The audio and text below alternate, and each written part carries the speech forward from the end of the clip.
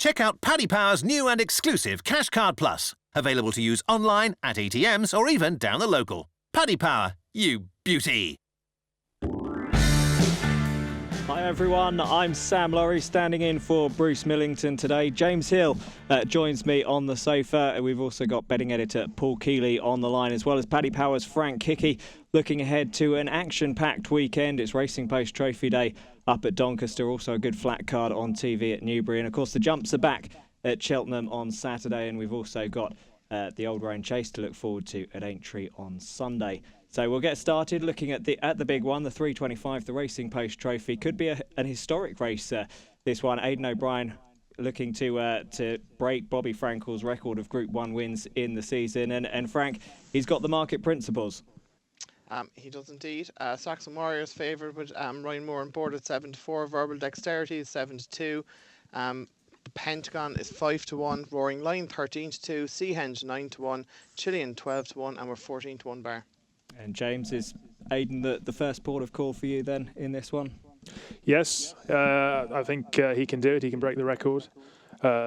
He's currently level with Bobby Frankel, isn't he, for most Group 1 in a year. Saxon Warrior, he seems pretty similar to previous winners that Aidan has had in this race.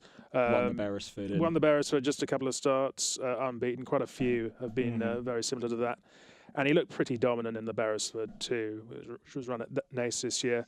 I mean, he was largely beating horses from his own stable, but the form has been franked by one or two of those, and you couldn't have really asked for much more. He looked pretty impressive, and I would say 7-4 is a fair price on that. Ryan made the right choice. The Pentagon not. Yeah, I think so. This time of year, the ground never tends to be that quick, even at Doncaster. The Pentagon looks to me, for his action, like he might be a bit better on faster ground. So I do think Ryan's probably just about made the right choice. On better ground, maybe you'd side with the Pentagon. But yeah, the Roaring Lion would probably be the biggest danger of those two. I expect some improvement from his run at Newmarket last time. I was surprised, actually, given the way how well he travelled, that he didn't win by a bit further. But he looks classy too. Just Saxon Warrior, that Beresford form looks pretty solid, so I wouldn't want to divert from him. And Frank, Irish horses dominating the market then. What's your take on the Irish form? Is Saxon Warrior the one to beat? I think so. To be honest, when I did this race, I think it's probably the deepest Racing Post I can remember. Racing Post Trophy I can remember. It's a cracking renewal this year. But there's rumours going around that Gabar is working well. Loxley's obviously been supported during the week. But for me, this is probably a bit of a brave. This is a two-horse race. It's between Saxon Warrior and Verbal Dexterity, and there should just be enough cut in the ground for Verbal Dexterity. And while when he won the National Stakes, you could say that Beckford didn't really stay, and he just outstayed him. Beckford didn't stay out the 7 furlongs, but you have to remember on his debut at the Curragh, he also won by 9.5 lengths, and no matter what, a maiden at the Curragh is always reasonable, even the weaker ones.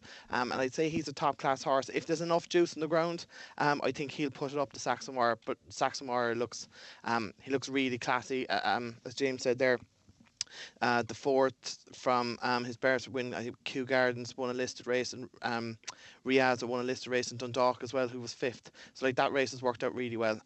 For me, they're probably the two most exciting 2-year-olds around. Looking further ahead, Frank, do you think we've got a classic winner in the lineup this year? To be honest, if I thought Saxon Warrior was going for the Guineas, I'd back him now. But it's up in the air. I really think he's class. I think the better the ground, the better it'd even be. Like, he's won on yielding ground and soft ground, and he's by Deep Impact, I think, isn't he? Yeah. And like, I think September is as well, and she seems to really like the fast ground. I know they're not just the same sire, but yeah, I think he might even improve for better ground. As I said, if I thought for 1 second he was going for the Guineas, I'd back him. And I really like him. But at the same time, tomorrow 7-4, like, depending on how the first race goes and what kind of ground they seem to say it is, like if Verbal Dexterity was getting out to like 9-2, 5-1, I'd probably just take that each way. Okay. And back Saxon Warrior win and expect one of the two of them to win. And Paul, what's your take on it? Yeah, well, I was looking earlier in the week, and obviously Aidan O'Brien was mob-handed with 12 runners, and I was thinking, well, he won't run both his big guns, will he? So I might try and nick a bit of value each race or something else, and in hope it'll shorten. And as Frank said, we have probably got the deepest Racing Post Trophy we've had for a while. I backed a horse called Chilean of Martin Meads. Now I thought he won really, really well at Haydock. I'm not 100% sure how strong that form is, but he came from last to first despite having tugged, and he went striding away. And I just think if he was trained by someone, like John Gosden, he wouldn't be as big as the 14 to 1 that he is. I take what everyone's been saying about Saxon Warrior. He does look very good. He's had the identical prep of Aidan O'Brien's last winner of this, St Nicholas Abbey. He won the same maiden that St Nicholas Abbey won at the Curragh, and then he won the Beresford, which was this year run at Naas. He looks a very good horse. I'm just inclined in a race like this to have a pop at something each way at a price. And obviously, I'm not going to moan about Andrea Atzani being on it because he's going for 5 in a row, and he's had a couple of big price winners amongst them. It's obviously not part of the thinking in backing the horse, but I think he's a little bit bigger than he should be, and he'd be shorter if he was with a stronger stable. And of Saxon Warrior, Verbal Dexterity, the Pentagon, is Saxon Warrior the number one for you? I think he's the number one. I mean, I know we always say, Ryan Moore's chosen this, Ryan Moore's chosen that. I mean, I doubt very much whether Ryan Moore chooses them at all. I think he gets told what to put on. I don't know how often he is in Ireland, but I wouldn't imagine he's riding a lot of work day in, day out, is he? So I'd imagine he'll get the steer from Aidan O'Brien, and he does look the one. Right, well, move on to the 145. Paul, you can go and feed the dog or something. You can say the dogs are barking about Saxon Warrior. I didn't know you could hear it. So he's going mental. Someone just walked past.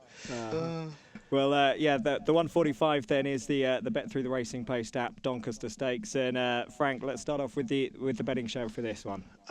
We've joint favourites at the moment. Muta Keep and Rebel Assault are both 7-2. Never Back Down 4-1. Staxton 6-1. Speaking Colours 8-1. Red Roman 9-1, and we're 10-1 bar. And we'll kick off with you, Frank. Who wins? I'm pretty keen on one that I'm pretty sure it'll be a shorter price this evening. Speaking Colours of Marco Botti. As Paul's alluded to already, he's got the King of Doncaster and Andrea Atzeni on board. His strike rate at Doncaster is phenomenal. He's 24% from 191 rides. Considering he's riding in all the top class races at Doncaster too, that's absolutely phenomenal. This horse was extremely well punted on debut at Nottingham, and basically got caught on the line in heavy ground over 6. Went to Ascot then. In September, was won a length and a half from Lady Danslot. That came out and won at Goodwood maiden since. Now, while on the figures, it's got an awful lot to find. I do think they regard this horse highly, and this isn't the strongest race in the world. You're not going to have to run to 110 to win it. Even if you see Mutakeb is joint fav, he's only won a Yarmouth maiden, a neck, and Rebel Assault is hardly the model of consistency. So I think something like Speaking Colours that's really unexposed could actually surprise them all. And I think we're 8-1. That's as big as 9, possibly even 10 out there. I will be backing that as soon as I finish this. Okay, very good. Speaking Colours then for Frank. For you, James? Well, I just wonder whether the Irish raid has been overlooked here. Sankari Royal had some pretty good form this season. He was second to Irene at Newbury earlier in the season over 5 furlongs. I think that horse has done quite well since. And was also, he finished 6th in the Cheveley Park, didn't she, Irene's? And also, he should have been second. I think he was 3rd or 4th, but should have been second to US Navy Flag at the Curragh. Well, of course, US Navy Flag has since won the Middle Park and the Dewhurst. So that's good form. Disappointed last time at Newmarket when it was fancied, but I think pulled off a hind right shoe that day. But in any case, I think that trip was probably a bit too short for that one. So I think stepping up to 6 furlongs would be more suitable. Got first-time cheek pieces on. And the trainer, Johnny Murto, I mean, he used to ride Doncaster as well as anyone. So Ben Curtis will be getting some pretty good expert advice there. Okay, so Paul, Frank and James going for a couple of prices then to take on those towards the top of the market. What's your take on it? Yeah, well, you could literally replay just about everything Frank says. To be honest, I mean, I've already had a bit of the tens about speaking cars this morning. Wouldn't surprise me if he went off nearly favourite. I think they do like the Colt a lot. He travelled really well when he won at Ascot. Afterwards, they were talking about running in a Group 2 Mill Reef. He said, "I'm not sure it might come a bit too soon for him." So they've waited for this race. I think he's a very, very nice horse. And if you look at this, you've got a load of horses that have run loads of times. They're probably not really listed class. They're the sort of the horses that are next year's 3-year-olds are really, really going to struggle. I think 4 of the last 5 winners of this race came straight from a maiden as well. And I just think he stacks up. I have a feeling he's going to be a bit of a gamble. Okay, so that's speaking colours then in the 145. A lot of support there from Paul and for Frank. The 4 o'clock then, the other race on ITV, really competitive looking handicap. And Paul, we'll kick off with you. Who wins this one? Yeah, I don't see what's wrong with Spring Loaded. I think he might have been a little bit unlucky when he got beat by Trentham Star at York last week. I know he was beaten best part of 2 lengths, but he got in a little bit of trouble and had loads to do, and he absolutely bolted up into Portland here. Your only question mark is whether he's really a 5 furlong horse, because all his best form is over 6. But I mean, he had the Portland one a furlong and a half out, didn't he? So, he's obviously a fair bit higher now. He's still £3 lower than his all-weather mark, and he just seems to be really sort of improving at the right time on turf. And I just think he'll win. I think the race will be run to suit him. We've got Just Glamorous in there, who's going to go off hard. There's some other pace in the race. I think Doncaster, more than almost any other track other than Ascot, really suits horses coming from off the pace in a strong run race, and I think 5 to 1's very good value. Yeah, and Frank, a lot of horses coming in here with decent recent form. How's the top of the market looking, and what's your take on the race? Yeah, Spring Loaded is 5 to 1 fav. Bounty's 15 to 2. Easter Review and Erissimus Maximus are 8 to 1. Confessional, Paddy Power 10 to 1. Lincoln is 11 to 1. Foxy Forever and Atletico are 12 to 1. Our 14 bar. I wouldn't disagree, Paul. I think the race will be set up nicely for Spring Loaded. Now, my one issue would be the draw. Generally, high draw is probably more fancied.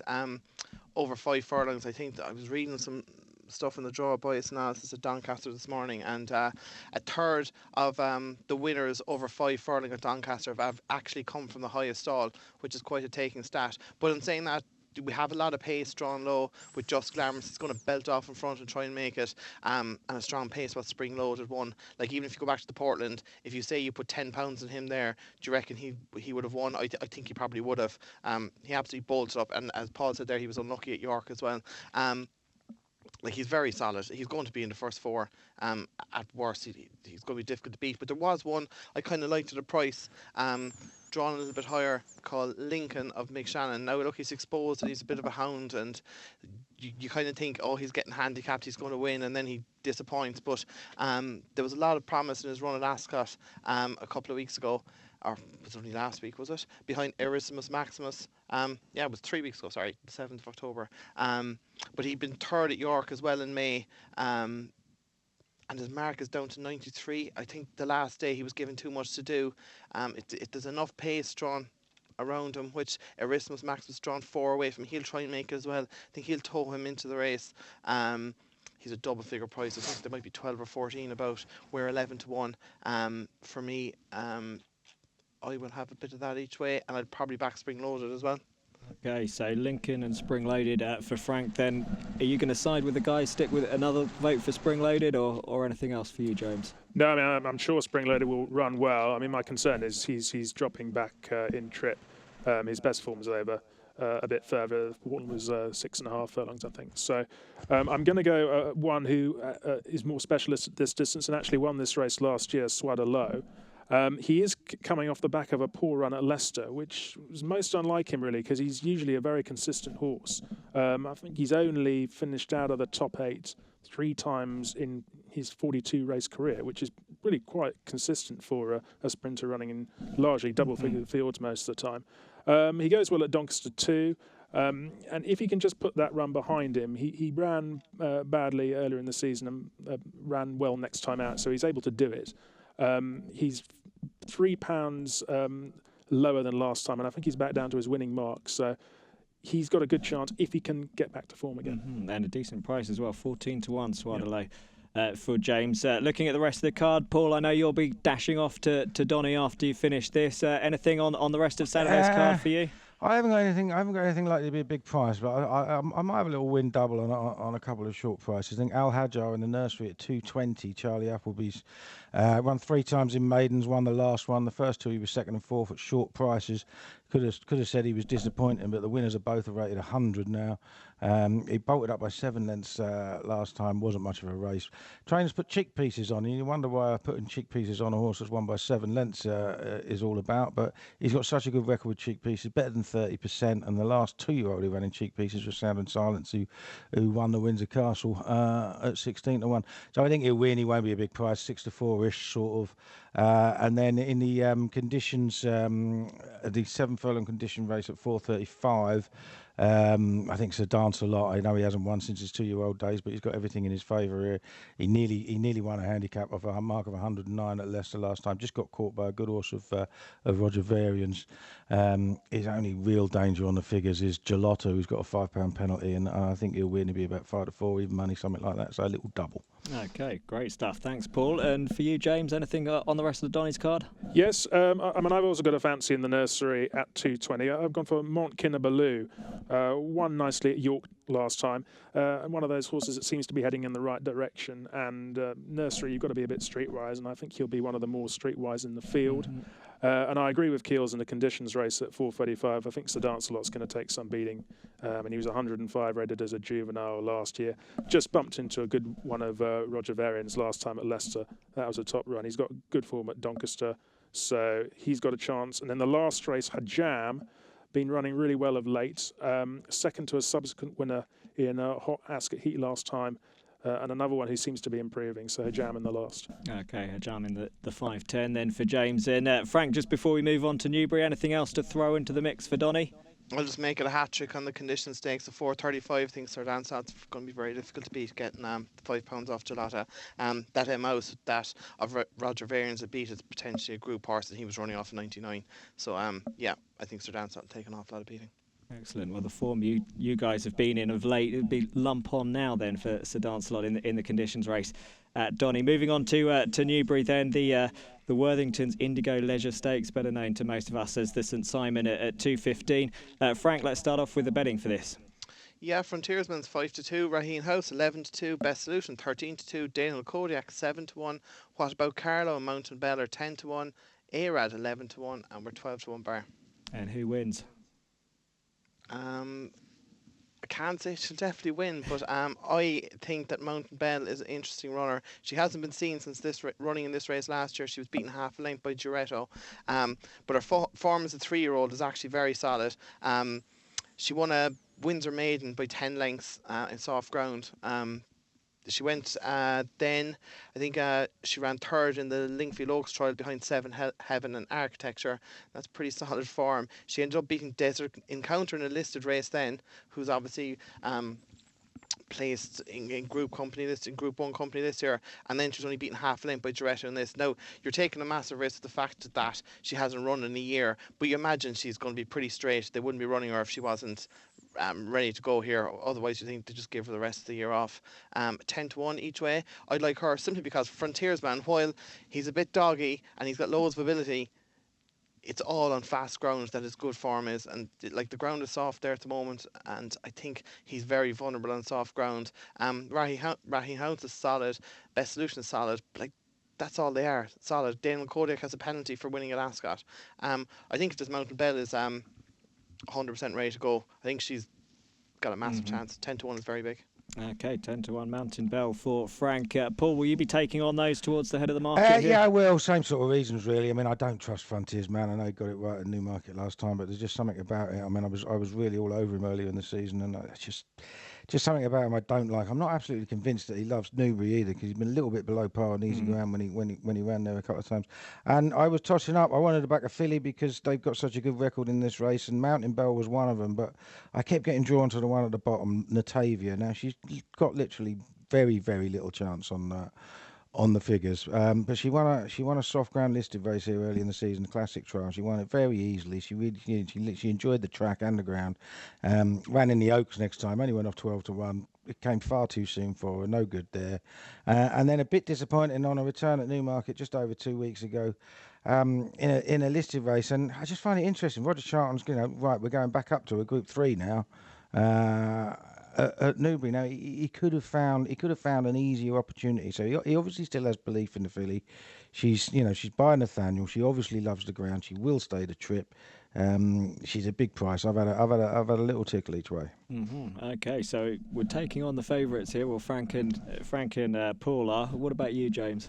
Yes, like Frank and Paul, I'm going for a filly as well. So a hat-trick of fillies. But a different one.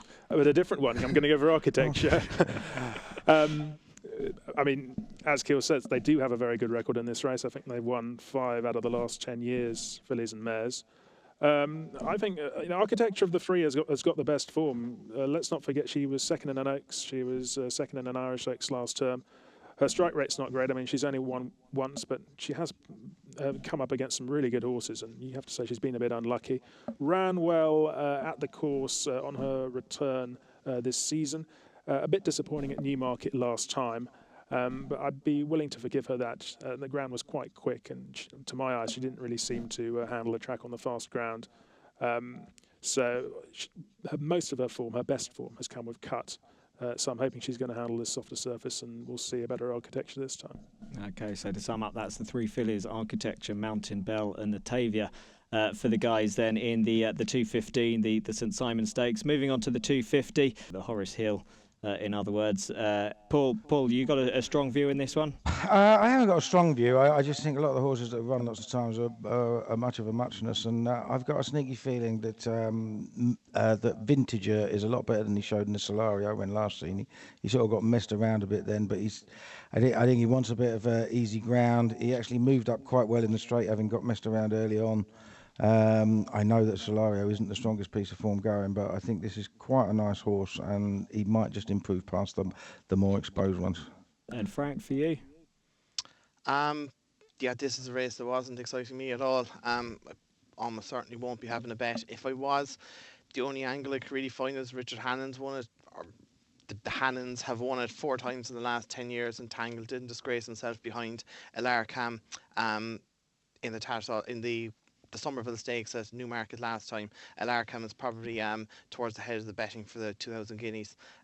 Yeah, if you forced me to have a bet, I'd probably take a chance on him, but it'd be with very little confidence. Okay, we're not going to force you, Frank.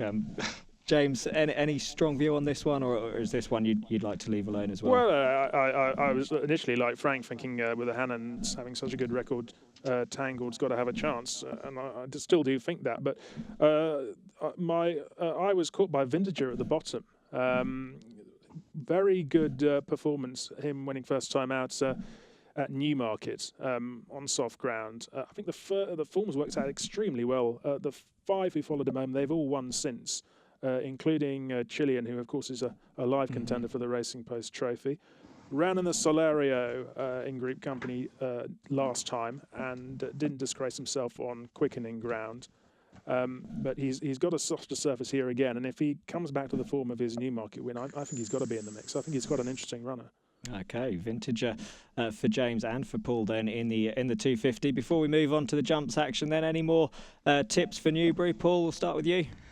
Well, I mean, I don't really want to put this one on people because it's a bit of a cliff horse, but I mean, I'll end up backing it, so I might as well mention it. In the what time is the race? 3:20.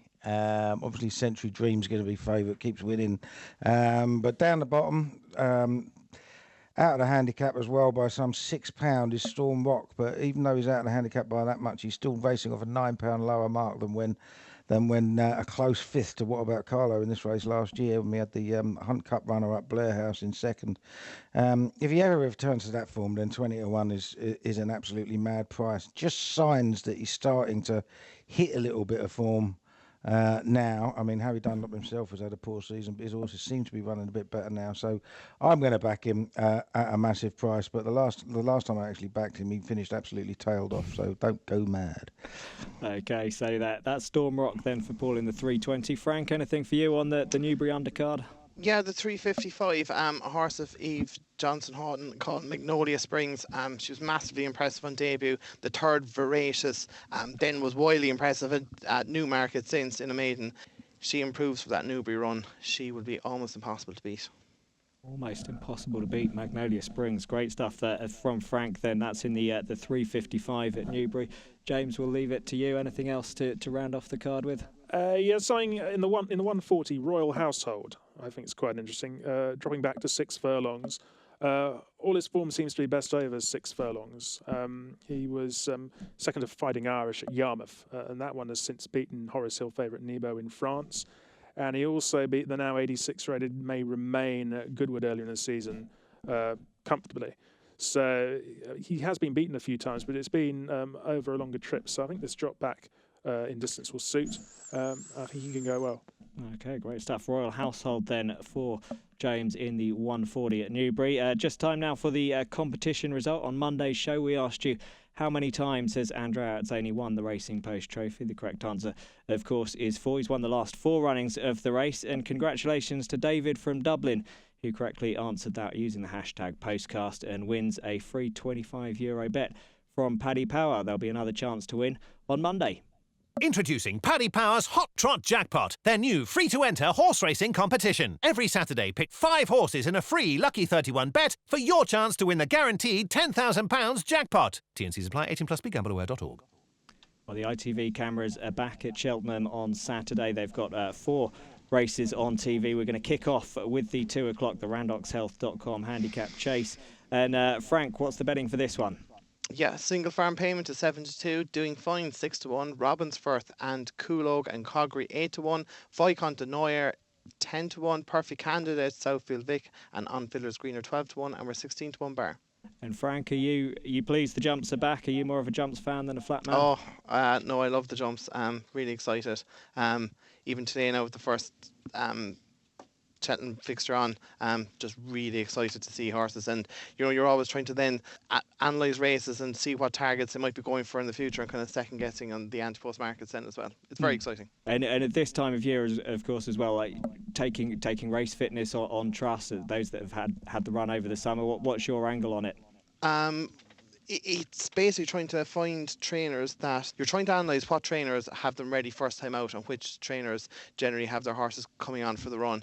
To be honest, I would be someone who would disregard the summer form in the main. Like, you see a lot of these mad marks being given to horses who've run up a sequence in the summer and they're coming in rated 137 after winning novice races at like Hexham, Cartmel and somewhere else like that. And next thing, like, their mark is a joke. And yeah, so it's trying to just weigh it up and compare the summer to the winter. Like, there's no comparison between the standards really. But and so even though it is closing a small bit, but it's still massive.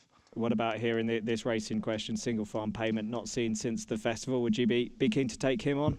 I wouldn't be keen to take him on, no. Would I back him? Probably not. Simply because I think Tom George isn't really firing at the moment. Like, he's not desperate, but yeah, just looking there, his run to form is about 30% or 35%, and he's had 1 winner in the last 20 runners. There was one though that's had a little spin over hurdles that I did like, and that was Doing Fine for Neil Mulholland. He was very impressive here back in April, winning very easily. He ran when he was well in then in the Bet365 Gold Cup at Sandown, where he got going all too late. Was only beaten 2 lengths. He did go off 92 favour for that race. I think hopefully there'll be a strong pace in this, and he was only beaten 2 lengths in Fontwell, and that was definitely just a pipe opener for this. So at 6-1, I think he rates a solid each way bet against single farm payment. And Cool Oak's one to keep an eye on as well. He won the race last year off the exact same mark, and Richard Johnson rides him. He could have rode Lammer Cod for Philip Hobbs, who's a tremendous record in this race, but he's plumped for Cool Oak instead. But for me, Doing Fine is I think, yeah, if he jumps well, I think he's bound to be in the mix. 6-1's a fair enough price. Okay, so Doing Fine for Frank. For you, James? Well, it's interesting. Frank is talking about how important it is trainers being in form. This time last year was when Colin Tizard's horses really started firing. And this week, they seem to be hitting the target as well. They seem to have really started to find their feet. And I like his Robin's Firth here. Very lightly raced, giant Fleming's Firth gelding, so it's not surprising that he goes well on soft ground. But he's also from the family of Strong Promise, the Gold Cup runner-up on the dam side. So he likes a good surface as well. He won his bumper on good ground. Very unexposed. He was round 3 times last year, and he was possibly unlucky not to win 2 of them. He was badly hampered at Wincanton, and yes, he unseated his rider at Chepstow, but he got a bit squeezed there. Might have been a bit hampered there as well. That was over 3 miles. He was running a good race at the time. And he's definitely one of those horses that looks more progressive here, and he's got the right trainer who tends to improve them. He's very, very patient, Colin Tizard, so you can expect them to come on late in the day in their careers. Okay, so Robin's Firth for James. Paul, what's your view on this one at Cheltenham? Yeah, well, I was a massive fan of Single Farm Payment last year, but he's a short price for this, and he definitely blew up on his first start last year. So I think he might well need it. I originally looked. I like the look of Kulog, but then I looked at Charlie Longson's form, and he's in dreadful form compared to where he normally is in October. I think he's only had 3 winners out of 26 runners. Did have one the other day, but I mean, I don't think he's going particularly well. And I came down on 2. The other Colin Tizard won. Vicomte de Noy won over 3 mile 3 at the November meeting last year, first time up, and. You know, he's back on the mark, just £2 lower than that, just £2 higher than that. He had 4 runs, 3 runs after that ran terrible, but then he finished second to Size and Granite over 2.5 at Punchestown, so he's got the pace. And the other one, I'm probably just leaning towards this even more, is Southfield Vic of Paul Nicholls. Now, you've got to take a little bit on trust here, because he's one of those, like Frank said, he ran a really big figure on Racing Post ratings in May. At Newton Abbott when he beat Waswick Court by 24 lengths. Under Bryony Frost, he rides again. I got a Racing Post rating then of 159. The handicapper didn't particularly go overboard over it because he only raised him £6, and he was beaten 15.5 lengths next time, but only 9 days later at Aintree. So you've got to question it, but I think he goes well enough fresh. I think he likes decent ground, and if he can return to that form, and he's a very, very well handicapped horse, so I'll take a chance as he's double figures. 12-1 Southfield Vic then for Paul in the 2 o'clock. The 235's lost a lot of its luster. No Defi de Soy in this one. A penalty kick for Bedrock, is it, Paul? Well, it's not an absolute penalty kick, because To Be Lucky is fairly, looks fairly decent himself, but he does have a little bit in hand. The third to Defi de Soy at Aintree is obviously his best form, and he's bolted up twice since. I think he'll probably win yet. Anything to say? Yeah, I'd agree with Paul on that. I think he'll probably win. Defi de Soy, it wouldn't have been easy him giving £8 to Bedrock. I mean, he was rated 83 on the flat, and it's interesting that they're keeping him to hurdles. And of course, they do have a very good record with 2 mile hurdlers at Yard. Won nicely at Bangor recently, and I would expect some improvement from that and him to win nicely. And Frank, anything to oppose Bedrock for you? Look, To Be Lucky will probably give him a little bit of a race, but you expect him to win. Like, it's not a race you're overly excited by, really. Okay. They're 2 nice horses, but I don't think they'll be superstars or anything like that. Yeah. Well, let's move on then to the 310. A race won 12 months ago by Fox Norton. And Frank, let's kick us off with the betting for this one. Yeah, Double W's is 4-1, Le Presien 9-2, Sizing Platinum, Some Plan, Foxtail Hiller 7-1, Vanato 9-1, Cobra Demise 12-1, or 14-1 bar. Now, Paul, we'll start with you because I know you're pretty keen on Double W's here. Yeah, I am. Yeah, he won the Red Rum at Aintree last year. Having been 9th, I think it was at the festival over 2.5 miles, when he just jumped and travelled really, really well and got knackered. Now I don't think he wants a yard past 2 miles, so this trip is absolutely perfect for him. He made his reappearance over 2 mile 1 at Kelso, and again he just jumped and travelled really, really well, and he emptied out approaching the second last and was allowed to come in at his own time. Now you could say that he did stop pretty quickly then, and you wonder, was there a problem? But he's back out, and I'm just suggesting that this is a race that he's been laid out for, and it was a pipe opener for that. There are very, very few valuable 2-mile handicap chases in Britain or Ireland compared to the 3 milers. They're very much the poor relations when it comes to this, and I think he's been laid out for it. He obviously likes the track because of the way he went at the festival. There's loads and loads of pace in this race with the likes of the Flying Portrait who made it at Kelso, and he's not the worst price in the world at 20-1, given that he wasn't beaten far in third, and the likes of Foxtail Hill. I just think it'd be set up for him. I think the trip is too short for the virtual joint favourite, the Prezien, who can belt one as well.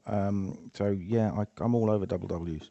Yeah, confident words then from Paul then for double W's in the 310. Frank, are you going to back him up? Oh, definitely. This is one of my favourite horses. I was ramping him a load last year.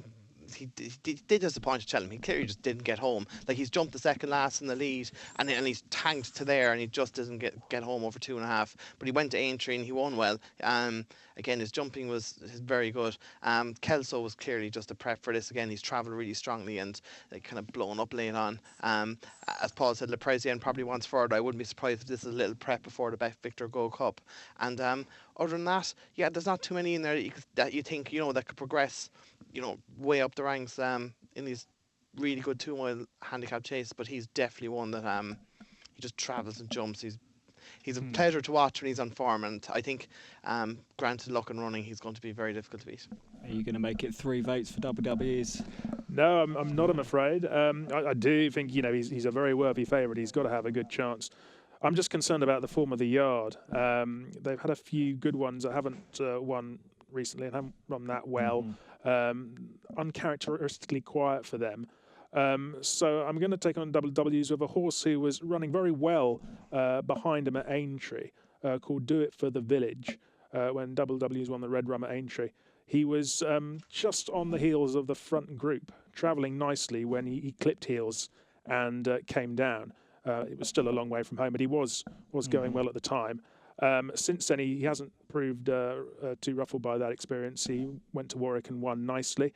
And recently he's had a nice pipe opener over hurdles. Paddy Brennan, who won on him at Warwick, is back on board again this time. He looks progressive. And around the 16-1 mark then for James in the 310. What about the 345? You got a big price one for us in that? Not really, no. Thomas Campbell, I think, has got the best form in that race. He was fifth in the Martin Pipe. Form which is, I think, looks pretty strong. I mean, Cheltenham Festival form always is, but that looked a good renewal of the Martin Pipe. The winner has since come out and won at the Punchestown Festival. He's always looked like a horse who would prefer 3 miles. I think his down won over 3 miles. And he goes well fresh. He won at Cheltenham first time out last year. And, of course, his best form was in the Martin Pipe. This is obviously a very hot race. It's a qualifier for the final. And this could be a good opportunity where he gets his mark high enough to get into the final in March, because he likes good ground, and quite soon that good ground might start to run out. So it's an opportunity. It's his first run of the season, but I would expect him to be fairly forward. Okay, well, Frank, James making a solid case then for the favourite Thomas Campbell here. Is he one you'd be wanting to keep on side? Yeah, he went off 8-1-5 for that good handicap hurdle over 2.5 at Aintree, which stablemate Rotherby ended up winning. But he wasn't disgraced. He finished fourth, beating about 8 lengths, I think, and he was running on late in the day, which suggests the step up to 3 miles will definitely suit. I'm saying that, he is short enough at 9-2. He's the most likely winner, obviously. But for me, I was willing to take a chance on one at a big price. One that won at Cheltenham last year at the November meeting, and that's one of Sophie Leach's called Anteros.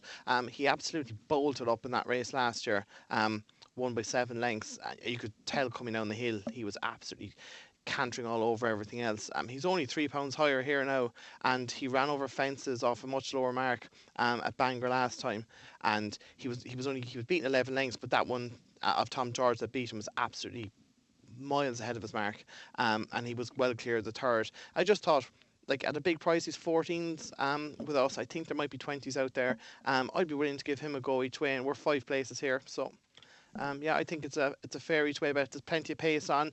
Hopefully Paddy Brennan will just bury him in the pack and let him travel. He can be a bit quirky, but when he's on a going day, this horse is talented. Okay, so each way 5 places then with Paddy Power in the 3:45. Paul, what's the bet for you? Yeah, I thought this was a horrible race to bet on for me. Just found it really, really hard. The horse I've been backing last year because I'm convinced he's well handicapped is Connectable of Paul Nicholls. Now, I think he's a right moody so-and-so, and he just looked like he was coming back to form at the end of last season when he ran at Ayr, finishing 6th and staying on. And then he came out first time this year and he got hampered early, made a mistake, and then he just sulked. He's that sort of horse. I think he's lazy as well. But I do think a mark of 135 well underplays his ability. He probably paid a bit for it. He went up to a pretty high mark after beating Raving Black in I think it was the Contenders Hurdle at Sandown earlier on in his career, and yeah, he went up to 150 for winning that in February 2016, and it's taken time, but he's down to 135 now, and if it drops, and at some point it will, then he is a well-handicapped horse. He's double figures, you know. I mean, he's a tenner each way rather than 100, but you know, that'll be the one for me. Okay, well, looking at the rest of the action on Saturday, if you set your alarm early, 7 o'clock, Winks bids for third straight Cox Plate down at Mooney Valley. Looking at the rest of the action, Paul, anything that isn't your best bet that stands out for you? Not massively. I was quite surprised that Calip Mad in the 4:55 at Cheltenham. He won in heavy ground, and I know he was favourite then, but I took him on because I just don't think he likes heavy ground at all, and he bolted up. He's running in a better novice hurdle, but on decent ground this time, and I think he'll go well. That's about it for me, to be honest, for Saturday. Okay, and Frank, anything else you want to point listeners in the direction of? Yeah, like nothing I'm absolutely getting carried away with. The 4:20 at Cheltenham, Alcala slipped up at Chepstow in the race. Finian's Oscar won. He was travelling really well that day, and Finian's Oscar actually went. I think he went out to odds against in the run there. I think if everything goes all right from here, I think he might be the one to beat. There's one just to keep an eye on in the bumper then. Anna Chia, I think is the name of it. It's a full brother to One Track Mind. It's running for Colin Tizard, owned by Alan Potts. It cost 155 grand. That's one to keep an eye on in the bumper. Up in Kelso. That's 5:30, yeah. Oh, 5:30, yeah. In Kelso, the 225, there's it's a match, but it's a decent match in a novice chase there. Big River of Lucinda Russell is up against Give Me a Copper of Paul Nicholls. Big River won a handicap at Kelso last year off 132 over, I think it was 3 miles 2 in soft ground. Beat CU at midnight 12 lengths, absolutely hammered him.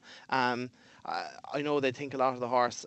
It'd be interesting to see how they get on. I think he might be able to beat the Nicholls runner here. In Leopardstown then there's a few interesting ones. To 2:30, the 7 furlong nursery. One I was with in a sales race at Naas there a couple of weeks ago, Lissard Lady. She's making her nursery debut off a mark of 75. She was never really in the race at Naas. She was out the back, ran on late, finished 7th. A horse directly in front of it, the Brogy Man, was ahead of her. He hacked up at Navan in a maiden yesterday. I think she's better than a 75 horse. If you go back and watch the Down Royal win when she won her maiden, she was last maybe about a furlong and a half out, maybe even a furlong out, and she's picked them all up late. It's phenomenal. I think she's ridden with not such exaggerated waiting tactics. I think she'll go well. The 305, So Beloved, this ran second to Acclaim in France there, which is an amazing effort. If you can replicate that form, it'll be almost impossible to beat in the 305, the listed race over 7. The 340, Blair Main, has been dropped a pound from 80 to 79 for finishing third to Ice Age at the Curragh in a 6 furlong handicap on Champions Weekend, which is quite remarkable. He's been dropped a pound for that. I think he's stepping up to 7 furlongs here, but he's won a Fairy House before with 7 furlongs. I think he will be a decent each way price. And then in the 415, the Airfield Stakes, it's a Group 3. Jim Bulger's won the last 3 runnings. It's not a great race. He's a horse called Chimera, I think. It won maiden at Gore, and it didn't win by far, but it won a bit more comfy than the winning distance would suggest. And simply because Jim Bulger has such a good record in the race, you might get a little bit of a price because there's a few more sexy Aidan O'Brien ones in there. I'd probably chance her. Okay, well, thanks, Frank. Card's well and truly Oh, marked. and sorry, I've one more. I nearly forgot, yeah. In the 450, I was at Leopardstown on Champions Day, and one was very unlucky of Tony Martin's called Artful Arts in the 1.5 mile handicap that day. He was beaten, I think, like a neck and 2 heads in 4th. had to sit and wait a furlong out. Eventually got a run really late in the day. He was 8 in the Irish Tsarevich, but he's back to 1.5 miles here. At Leopardstown, which goes well. He's only a pound higher. They're claiming 5 off him again. I think he'll go really well. Okay, that's Artful Artist then in the 450 for Frank. Anything else to add for you, James? Yeah, I had a quick look at Kelso, and I was quite interested in the last race, the conditionals hurdle there, which is split into two divisions. Rose Dobbin had quite a few interesting entries in that. And in the first division, she's got Just Chili, who nearly got off the mark at the course last time. This is a course that she definitely seems to go well at. And she's stepping up a little bit in trip here, which is going to suit. There's going to be a strong wind, so conditions are going to be testing. So she's got a chance. But the one I thought that was really interesting of Rose Dobbins was in the second division, which is Professor Plum. Now, if you go back to this horse's bumper form, he was very good. He won 2 of his 3 starts. He was good enough to beat double W's, would you believe? And he's now dropping back to this 0 to 105 conditionals hurdle. He reappeared late last term when he was 5th at Catterick, but on that form alone, he would have a good chance here. So I think he could be quite interesting first time up. Okay, so Dobbin double at Kelso, then Just Chili in the 440 and Professor Plum in the 515 for James. Time now for the Saturday Naps. This will not be beaten. And we'll kick off with you, Paul Keeley. Yeah, I'm going to go with Spring Loaded in the 4 o'clock at Doncaster. And for you, Frank? 355 at Newbury, Magnolia Springs. I'd say she's a very decent 2-year-old. And finally, last word to you, James. I'm going to go for Century Dream in the 320 at Newbury. Won 3 of his 4 starts in a hood. He's been very progressive since that's gone on. And he also had good form over this course and distance of 1.25 miles when he was 4th in the London Gold Cup earlier in the season. And Frankie Dettori's been booked with the yard in form, so he's got plenty going for him.